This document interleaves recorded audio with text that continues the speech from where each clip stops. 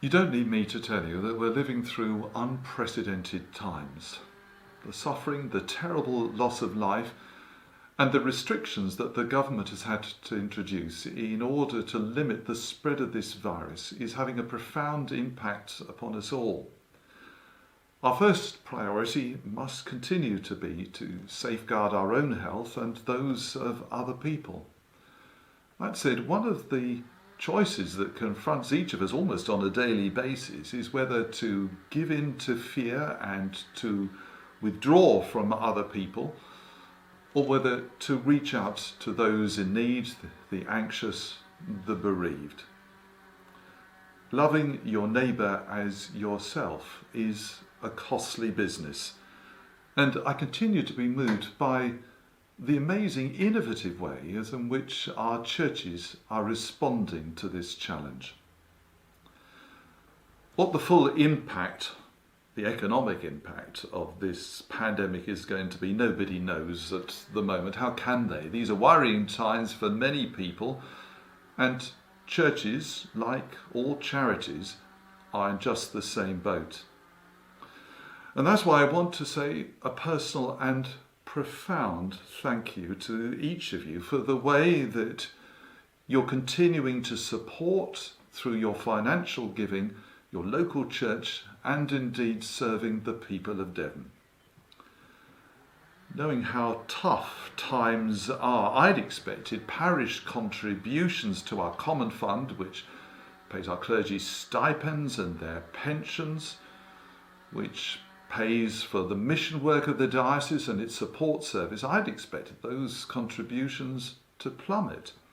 But amazingly, in April, contributions were only 0.2% below what they were this time last year. And given our current circumstances in England, that's nothing short than incredible. Now, I don't take your giving for granted. I know how difficult things are on the ground, and the fact that the generosity of parishioners is often given in a really sacrificial way. I've no idea what the new normal is going to be when we eventually come out of this pandemic, but I do know that along with all other charities, we're going to have to enter a period of discernment and to review our financial situations and also what we ask of parishes in terms of their contributions to the common fund. What I'm saying is that I don't take your generosity for granted or assume that you will necessarily be able to continue to pay with the same generosity indefinitely. And here I particularly want to say a huge thank you to our church treasurers, who I know are burning the midnight oil in an effort to balance the books. The parish giving scheme is proving very valuable to those churches who have signed up for it.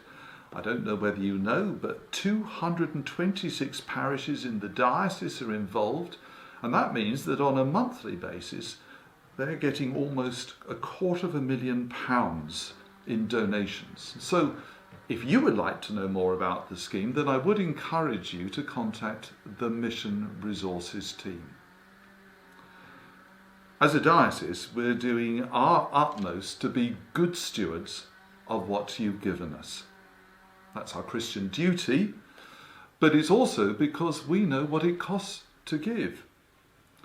We've cut out all unnecessary expenditure, and currently 40% of our diocesan staff are on furlough as part of the government's job retention scheme. We're also lobbying the national church to release more funding in the short term. As a parishioner said to me recently on the phone, this is the rainy day that the Church of England has been saving for. We're also speaking to our bank, the NatWest, about funding support. Neil Williams and the finance team want to make sure that they're providing you with the support that you need.